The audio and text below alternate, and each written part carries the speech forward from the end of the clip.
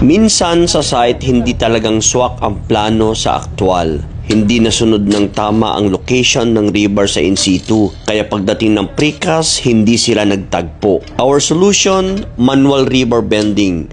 Medyo matrabaho pero kailangan namin gawin to. Maintain structural integrity. Ang mahalaga, maingat ang bending para hindi ma-damage ang bakal.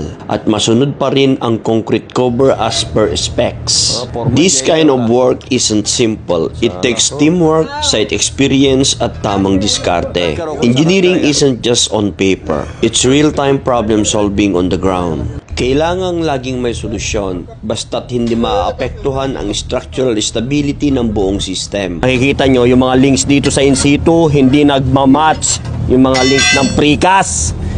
Ito ang isang problema sa precast. Pag mga ganitong panel ang i-erect ng mga erector, grabe ang hirap. Talaga naman, ang isang piraso aabot ng isang oras, isang piraso lang.